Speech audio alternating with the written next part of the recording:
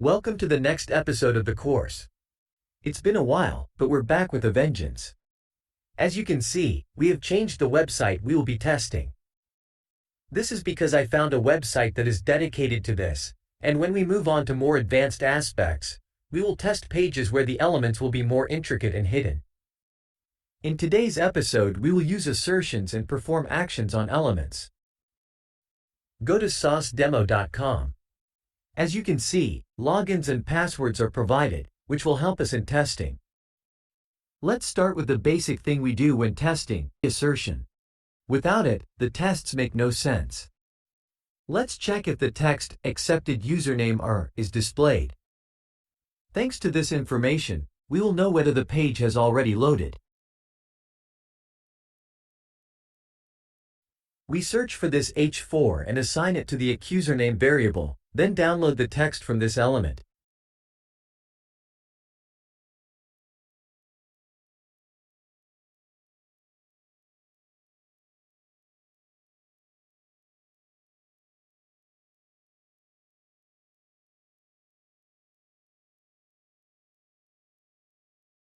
The next step is to assign the expected text to a variable, and then we check whether the text we find is the text we expect.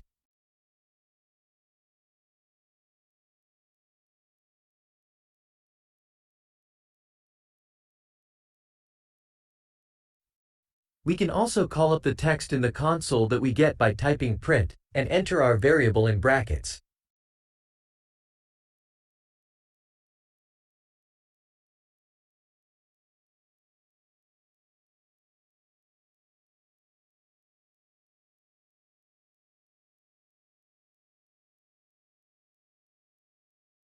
As you can see, the test passes correctly. Now we look for the input fields for login and password, and we look for our login button. We assign the login to the username variable and search by ID.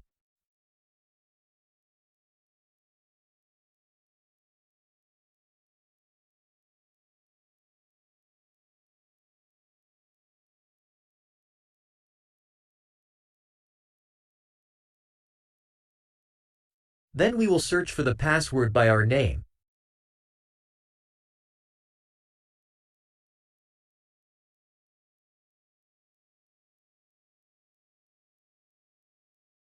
And we will also search for the button by ID.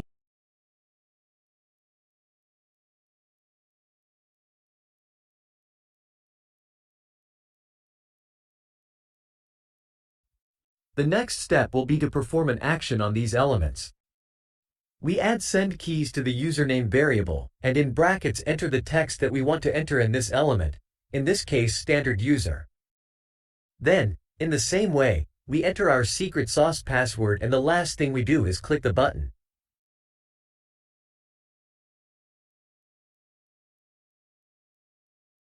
We run our test and check whether we have logged in correctly.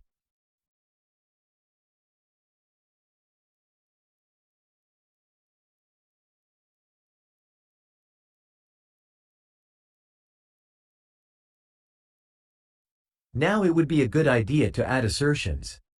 It will involve verifying whether the product's text has already appeared.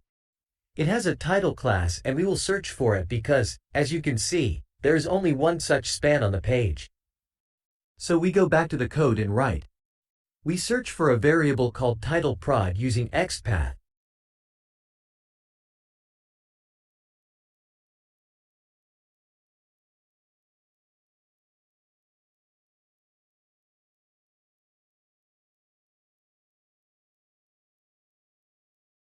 Then we download the text and assign it to the variable.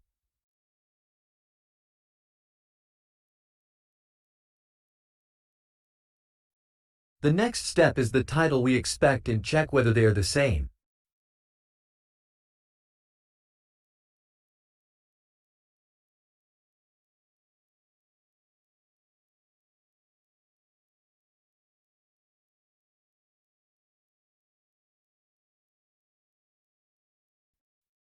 As we can see, the test passed. Here's what the page looks like after successful login. Since this is a store, we can add items to the cart. Let's check what the Add to Cart button consists of. We have an id here that we copy. And as usual, we create a variable to which we assign this button, which we then click.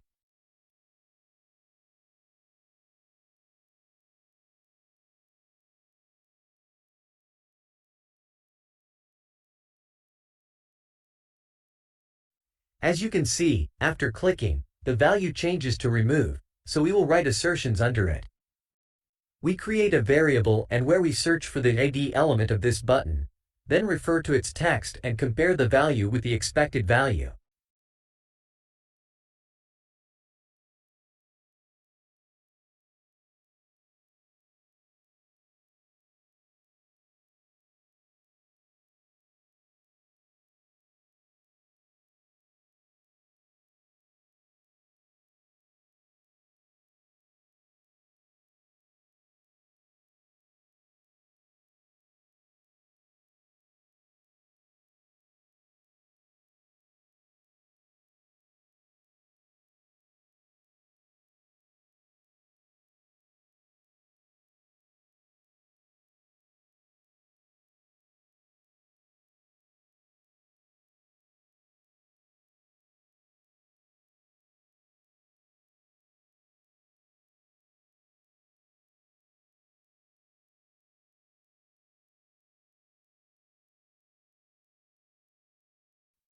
We run the test and as you can see, the test passed correctly.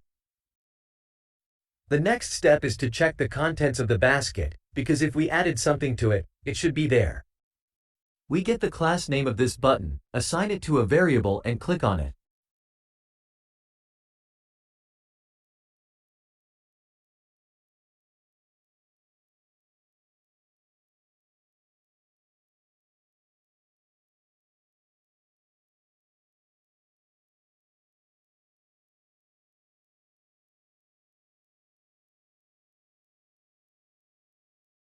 We run the test and see that it works. Now let's check if the jacket we added is in this basket. We assign a variable, refer to the text,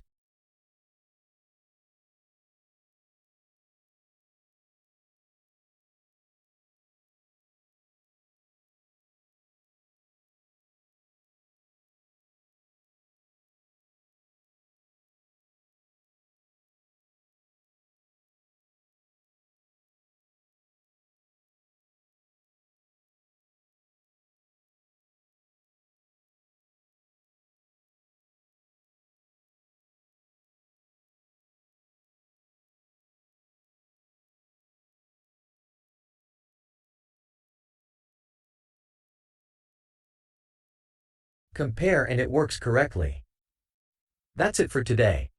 In the next episode we will learn how to use wait for element, because things don't always load as smoothly as on this page, and then we will move on to more advanced aspects, combine Selenium with PyTest and start spreading our wings. Thank you for today and have a peaceful day.